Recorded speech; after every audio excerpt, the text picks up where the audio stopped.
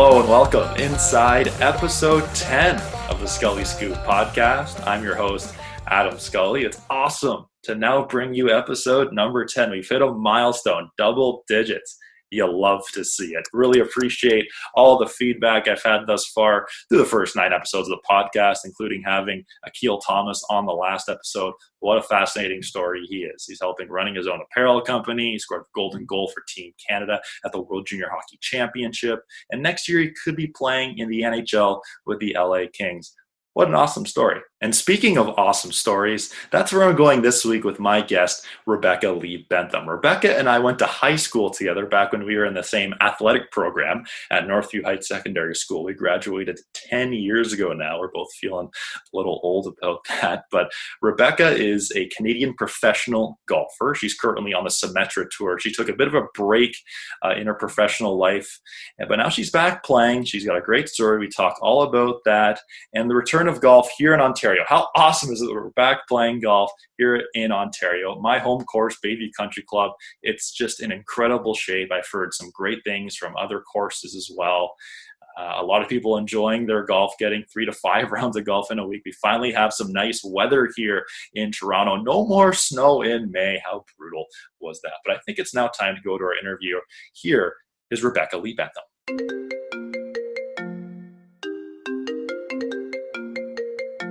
And we're pleased to welcome Canadian professional golfer and former classmate of mine, Rebecca Lee-Bentham, the Scully Scoop podcast. Rebecca, how are you?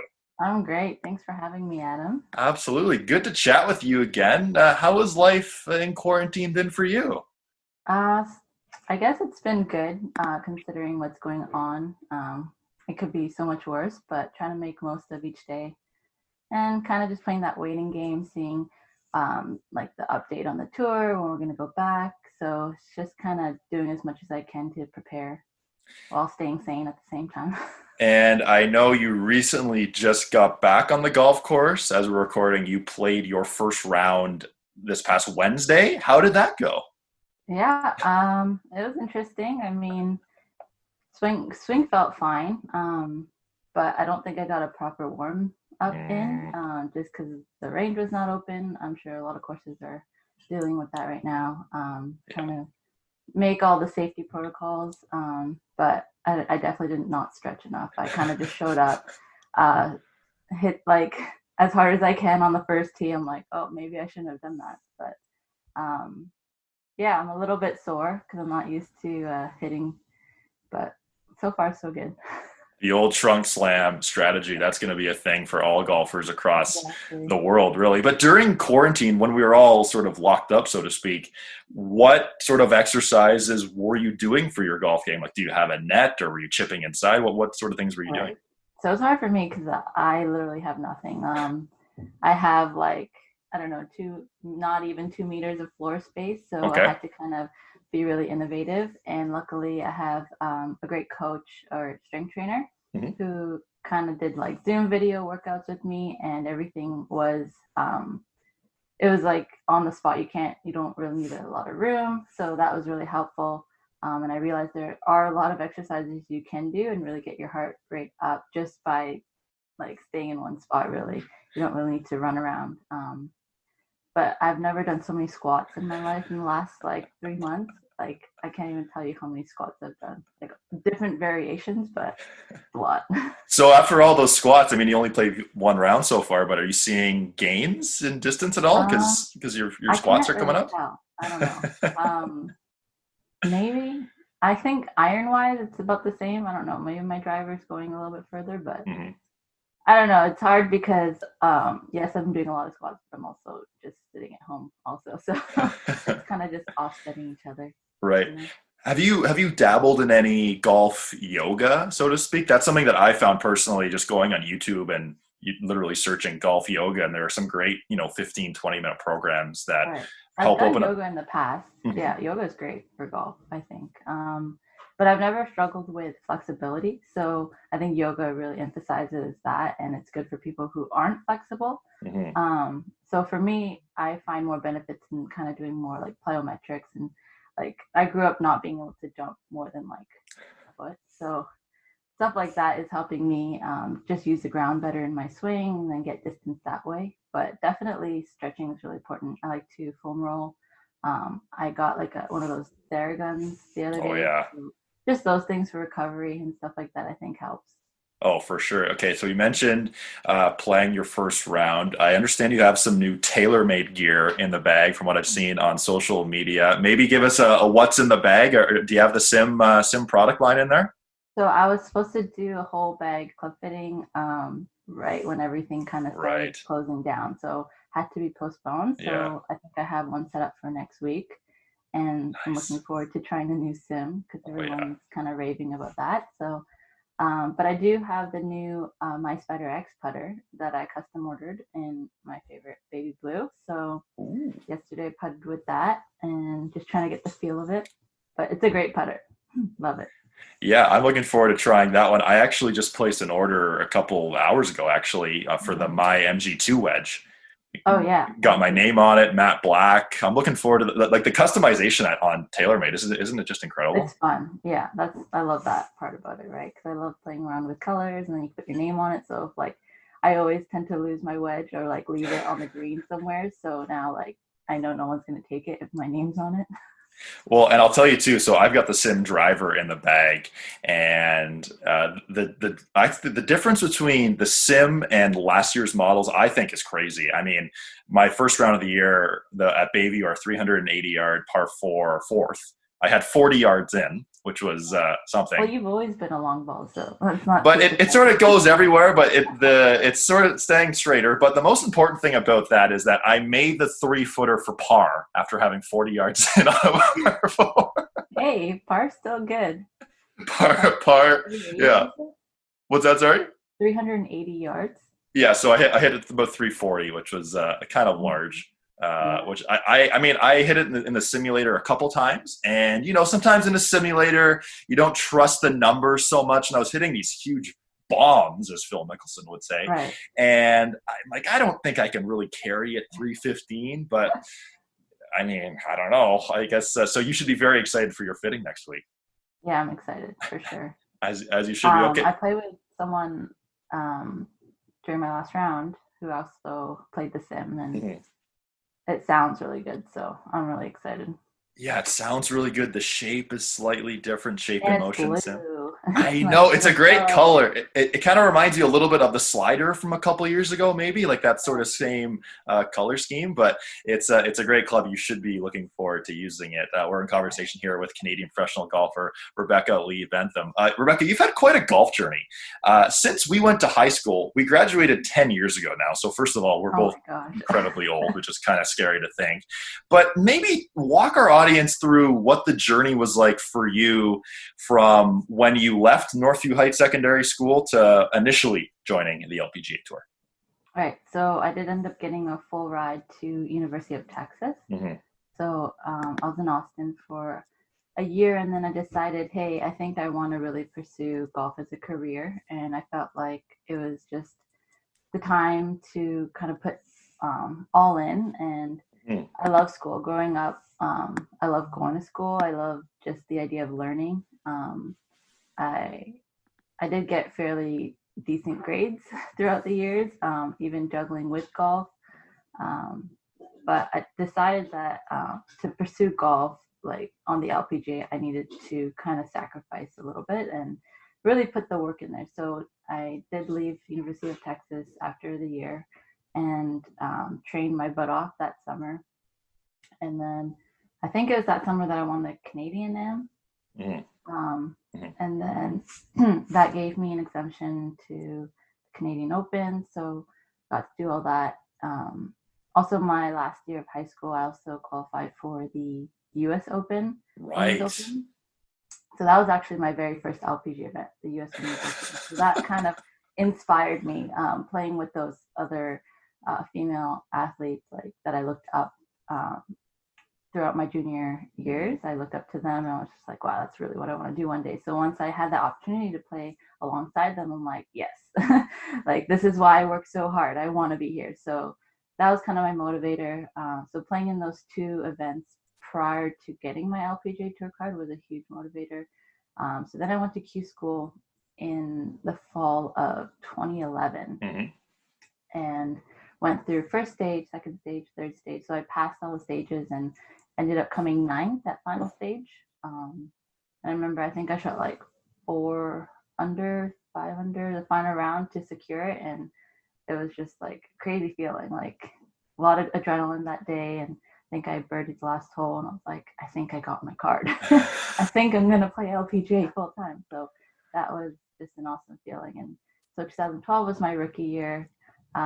Obviously, there's so much adjustment just with all the traveling. You're traveling week to week out of a suitcase, and now it's like the pressure's on. You're there. You're against all the best players in the world, and it was tough. But I thought I had a great experience the first year. But then I had to eventually go back to Q School final stage to regain my card, and then I guess all that experience helped me, and that I was there. I finished first at final stage.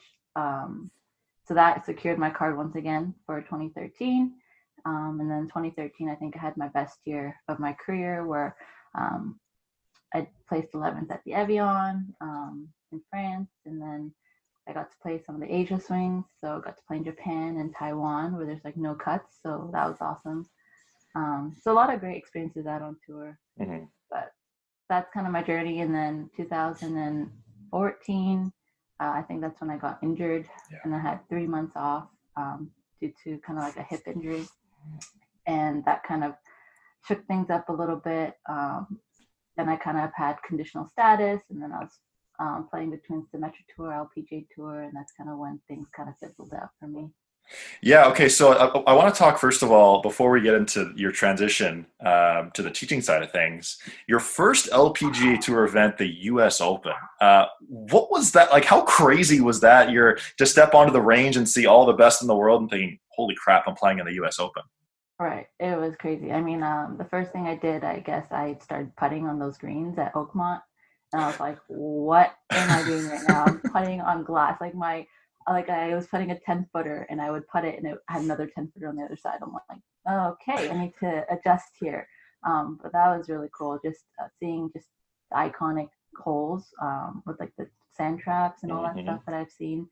But then obviously being face to face with these people that I grew up watching on TV was really cool, and interacting with them and realizing like, hey, they're just people too, and they're actually really nice. Everybody on the women's tour is very welcoming, I would say. Like they've all been there before, kind of. Sorry, I don't know if you can hear me. No, that's fine. Oh gosh. But yeah, so just seeing them face to face was really motivating for me to keep working hard and trying to get there full time one day.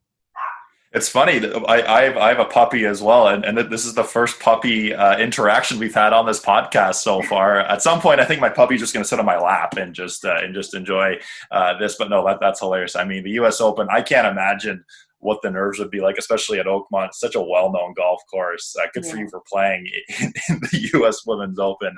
But let's get back to your career. So 2016, you decide to stop playing professionally and turn to the teaching side of things. Walk us through that transition. Yeah, so after the injury in 2014, I battled my way 2015, try to get back at things, keep my card because I had conditional status, so I didn't get to play in every event. But then I had to go back to Q School at the end of 2015, and then I only had Symetra status in 2016. So that was kind of tough to kind of transition. Symetra Tour is a lot tougher in the sense of the traveling and budgeting and stuff like that. But I found myself actually playing pretty well at the beginning of that 2016 year on the Symetra. I think I had a few top 10 finishes or close to that, and things were going well, but mentally it started getting really draining in the mid-season. When I had to drive by myself, like 16 hours from tournament to tournament. And then I started kind of missing cuts by one constantly. And that is like a huge mental draining process because you're playing well, you come down the stretch and you do something stupid like double bogey the last hole. And there you go, like everything goes in vain, it seems like, right? So I think 2016 I had like 3 or 4 in a row where I missed the cut by one. Oh, wow. So that's when I was just like, I don't know if I can keep doing this. And Yeah. I started getting other injuries, like in my shoulder, neck. It was just getting really tight, and that was on and off. And yeah, I just been through a lot mentally, and that's when I was just like, you know what, I think there's more to life that I need to kind of seek out right now, because golf is not really something that was making me happy at the time. So I kind of just wanted to pursue something different, change it up, and kind of see life as a whole rather than kind of digging myself in this little hole where it's like golf is everything, and I wasn't finding myself happy, so I kind of had to take myself out. Yeah, it's a wild ride, and I mean, people watch the best in the world on TV and think, oh, they're flying private from course to course. It looks like this glamorous life, but in actuality, like, it's a grind. Like, I'm sure there's a lot of nights where you're eating alone, you're eating takeout, you're, as you said, driving 16 hours. Like, as you said, it wears on you mentally, doesn't it?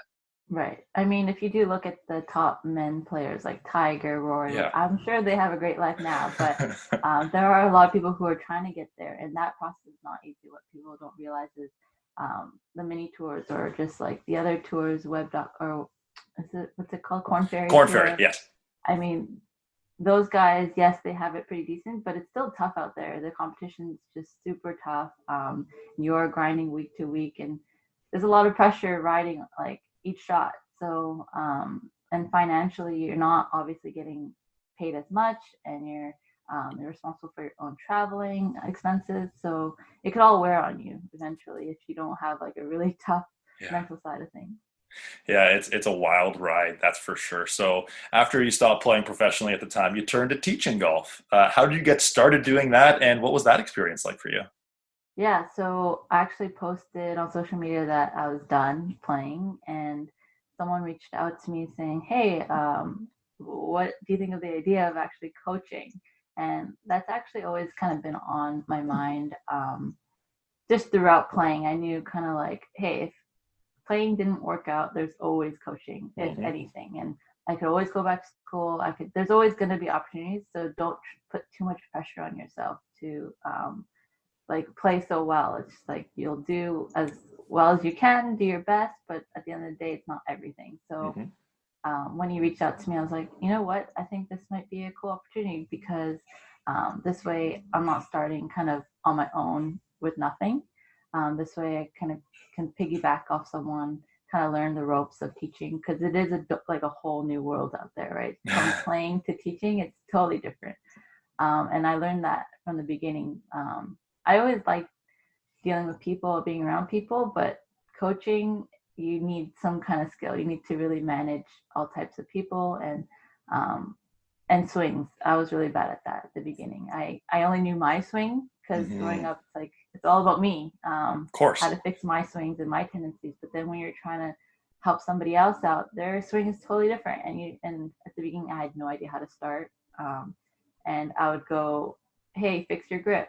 Hey, maybe fix your stance. And then I would go into all these little nuances that I was like, okay, maybe I'm overloading them now. It's like grip is enough change for like the normal person to kind of get used to right away. But I would just add all these things like, hey, at the top, maybe you should try doing this with your wrist. And then, like, keep your head down. And it was like, okay, maybe I'm not cut out for this. So it took a lot of studying for me, kind of understanding the coaching side of things, and the basics and the fundamentals of the swing and the game, which I think really helped me understand better, because throughout the years when it was just about me, I was getting lessons from all these great coaches from around the world, but it was very specific just to me. So in that sense, I don't think I learned the basics or understood it as much as I wish I had. And that's not my coach's fault, but I think it was more mine, because that's not something that I really seeked and wanted to learn until I went into coaching. And so that's when I was just like, I really want to know the fundamentals. I really want to know why this happens and what causes that, and how to work with all different types of swings, and why does it slice, why does it fade, and getting really down and dirty to like the really fundamentals of things helped my game, and my swing got so much better, I think, throughout that process. Well, that's interesting too. I was going to say I took lessons for the first time in probably 5 to 7 years this past winter, and it's as you know the most uncomfortable feeling to make a swing change. It's going to feel uncomfortable for so long, but the payoff is so good. And I'm glad that your teaching experience has now helped you become a better player. Correct? Yes, 100%. Oh, that's so. So while you're teaching, does the fire start coming back? Like, how did the transition start for you to think, hey, I kind of want to do this professionally again? Oh, so that was just kind of out of the blue. So I love coaching. So after a couple years, I ended up having like a whole set of juniors that I kind of taught on a day-to-day basis throughout the week, and I loved it. I just loved seeing them grow. I loved interacting with them. They're playing tournaments, so I like to just go out and see their results. I was like reminiscing of the good old days, Mm-hmm. and I felt a lot more fulfilled than I did when I was playing on tour, to be honest. And so when people ask me, do you miss the tour life and playing? The answer was always no. Like I never remembered being that happy, especially towards the end of my career. And while I was coaching, I was like the happiest I've ever been. Mm. So that option of going back never really crossed my mind after I left. But then I went to California on a golf, or as just a trip, not golf trip. So no clubs, nothing. And it was solely kind of just to visit friends and whatnot. And I ended up having dinner with a couple of friends who caddy on the PGA Tour. Mm-hmm. And they started asking me questions, like the same thing that I usually get, like, why aren't you on tour? Like, why did you stop so early? You had a great game and all that stuff. And I was like, thanks, but I'm happy. Like the same answer. And they kind of kept pushing the idea, like, hey, if you were to ever go back to Q school or try out again, like, you have our full support. Like, we've always believed in you. And so much so that like we'd be willing to back you up with your Q school fees.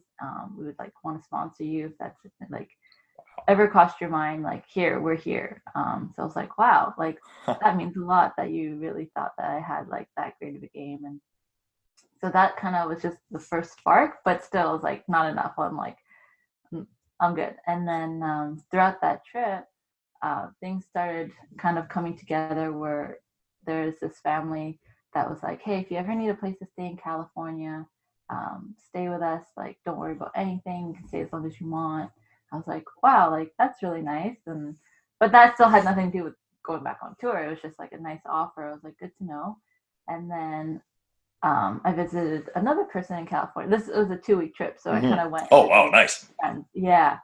So then, and this person was someone I actually met through a pro-am years ago, and he's a huge supporter of LPGA golf and women's golf, and he actually like hosts a lot of pros because we do a lot of host housing. Right. And he has like this big house in LA. So during the LA Open, he hosts a lot of girls at his place. So he's like just like a super fan, and he's awesome. So I went to visit him, and he told me he has a golf course in California that if I ever wanted to teach out of or play or practice, like it's always available. So I was like, that is a sweet hookup. And yeah. Later on, I found out which golf course it was, and it was actually 5 minutes away from the family that offered me a stay. So I was like, things are kind of lining up. Things are moving here. Yeah. There's a place where I can go in the wintertime and just play golf. I'm like, that doesn't sound too bad. Mm-hmm. And then faith is a huge part of my life. Shared this before in the past, but kind of just knowing like when signs come to you, kind of what to do with it. And so I took a leap of faith and I said, hey, maybe these are signs that I need to go back and play. And so I was like, okay, so I'm going to do this. I don't know if this is really what I should be doing, but I feel like it is. So I went for it. I told all my students, hey, I think I'm going to go back and play and pursue just going back on tour again. And I think more things just started lining up when I told people, especially my family. Like my mom started crying, and I realized like so many people just really want to see me go back out there. And I was like, wow, this means something. And I went back out there, I think 2018 or 2019. Yeah. Last year. Years are just going back. They all blend together. This was last year. February, I went to California. That day I got there, I started hitting balls on that range, and I was like, this is such a new, refreshing feeling. Like, I've never felt this way hitting golf balls, and I just felt so much calm and peace, and like it just felt good to be back hitting balls again. So that's kind of my story. And even little things like I had a car to drive in California because I was like, I don't know, renting a car for months on end, it's not going to be easy. So, but then a great friend was just like, hey, I have an extra car you can drive. And I was like, oh my gosh. Perfect. Okay, here we go. Well, yeah, it's a wild story for sure. And something that I've noticed a lot in athletes, whether they're playing soccer, golf, or hockey, is when they're playing all their life, there's a burnout. For when I played hockey, you know me, I was a big hockey player in high school, and I got burnt out, and I was 17 years old, and I had enough. And so do you think that this 3-year break you took of playing professionally has now made it more refreshing to go out and play professionally again? Yes, for sure. Because I think I appreciate the game more. I definitely found more of a passion for golf, whereas before it was kind of like something that I just did. I had to do it. I grew up doing it, right? I didn't really have a choice, and now it's like I enjoy it. I love learning about it. When I go out and play, I see it more as a game than anything, and I don't get as down on myself when I do make mistakes here and there. I realize that's just part of the process, and I've learned to learn quicker and recover throughout the rounds better. And I think enjoying it is the biggest thing for me. That's the game changer for me, just going out there, playing events, not putting so much pressure on myself and just saying, hey, like, you can do it. Just go out there, do your best, and whatever that is, like, accept it and move on and enjoy.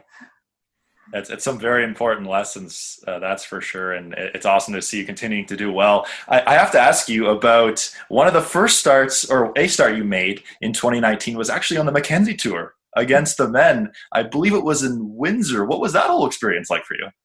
Yeah, that was in Quebec. I forget what city. Oh, I'm sorry, Quebec. You're right. Yes. Yeah, in Quebec. That experience was cool. When I got that invite, I was actually shocked, and I wasn't even sure if I was going to take that invite because, to be honest, like, to play against the men is intimidating. And I knew when I did sign up for it, people told me that there was a lot of talk behind my back saying, like, why is this girl in a field of guys? Like, she's taking a spot up where a guy can play. And there's a lot of backlash, I think, to it. At the same time, a lot of people expected me to come dead last and pretty much just that there was no point. But for me, it was really to stand up for kind of the women's side of the sports and say, like, we are here to compete. We do this too, right? It's not just all men's game. And I kind of just wanted to shed a light that there is a women's game, and we have game, right? So even though it was intimidating, I felt like all I can do is do what I know how, and that's just hit fairways, greens, and try to do my best. And I was playing more against the course than anything. I didn't want to overthink the scenarios or the situation. Obviously, I did not want to come last, but at the same time, like, you know what, this is just a golf course like any other. Yes, it was a little longer because I had to play from the men's tees. I think it played 7,000, and it was rainy, so it was a little wet. So my ball was definitely not going rolling out as it used to, and but I think I played well considering. My goal was to shoot 2 rounds under 74, and I think I shot 73, 69. I don't know. But I ended up under par after 2 days and missed the cut by 1. So missing the cut by 1 again, so close. I'm very used to missing cut by 1. So I think having that past experiences in the past of missing the cut by 1, I wasn't as down. I was like, you know what? Part of the process. When you miss the cut by 1, it's just how it is. So I wasn't as down, and I thought it was just an awesome experience. I had a great caddy with me and had a lot of fun that week. Plus, I saw a lot of friends. Alvin Tour was there, our other high school mate, and it was just, I had actually a lot of support once I got there. A lot of the guys were actually super nice, and when I was playing practice rounds, it was really friendly. I had a lot of support out there, so it was great. You mentioned Alvin. Let's talk. Alvin was on the bag for Sung J M at the Honda Classic en route to winning. I couldn't believe it. I saw it. I was like, Alvin. Yeah. Like, I'm like, that looks like Alvin. Is that? And then I went on Twitter. It was like, yeah, Alvin. What was it like seeing him win as a caddy?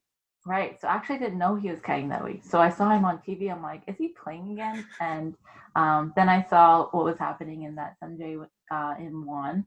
I was super stoked. It was really exciting just to see like Alvin translate was cool. And I talked to him right after, and he said he had a lot of fun. I don't know if you heard, but he's on the bag now full time with him. So good for him. So that's exciting, and he's really excited just to get back out there, be actually like part of the tour, and I think he'll learn a lot from just that experience also. So. Well, especially watching a guy like Sung J M, who is a cut machine or like a top 10 machine, really. He's so consistent. And Alvin has, as you know, he has that even keel. Like, he has the ability to stay focused and in the moment. And then he has that moment, as you know, just to be a total goofball. And I think you need that balance as a caddy, right? Biggest goofball ever. But it's so much fun. Like, he definitely knows when to say what. That's what I like about him. He caddied for me actually a long time ago for a Canadian women's event, which was a lot of fun. And he's just really good at just saying the right things to keep you calm, and then have fun out there. So that's the important thing. It's awesome to see Alvin do well. A couple more questions before we let you go here, Rebecca. Since the last time we spoke, you were heading to LPGA Q School. Tell us about that and what your outlook is now for 2020, whenever we can get back to playing golf. Yeah, so Q School was interesting this year. I actually had one win last year, DCM Canadian Women's PGA Championship, which actually got me an exemption into the Canadian Open last year. But I had to turn that down because it's Q School. So that was hard for me at the beginning.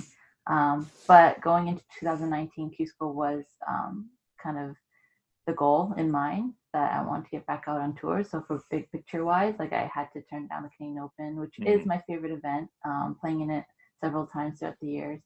But yeah, I went to Q School first stage. I finished fourth. So that moved me to second stage in Florida.